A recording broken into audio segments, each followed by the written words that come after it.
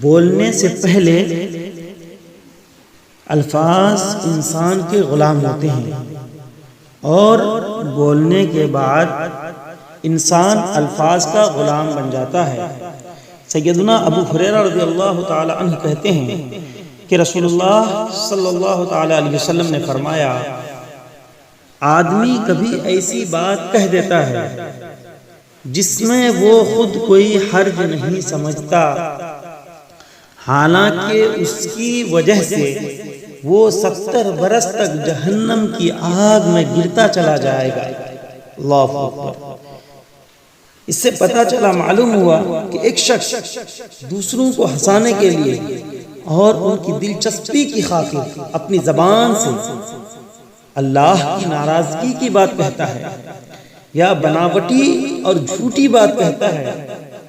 اور کہنے میں کوئی حرج نہیں سمجھتا کہ وہ باعث گناہ اور لائق سزا ہے، حالانکہ وہ اپنی اس بات کے سبب جہنم کی سزا کا مستحق ہوتا ہے۔ معلوم ہوا کہ دوسروں کو ہنسانے اور انہیں خوش کرنے کے لیے کوئی ایسی ہنسی کی بات نہیں کرنی چاہیے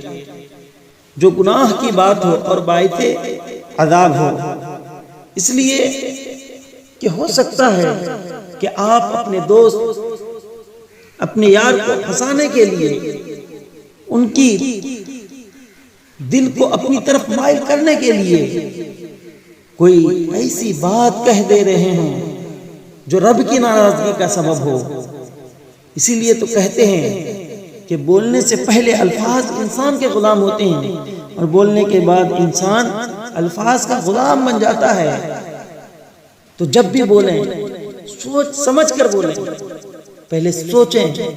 کہ میں جو یہ بولنے جا رہا ہوں یہ صحیح ہے یا غلط ہے، کہیں یہ رب کی ناراضگی کا سبب تو نہیں۔ اے میرے اسلامی بھائیوں، ایک دوست کو، ایک فرد واحد کو خوش کرنے کی خاطر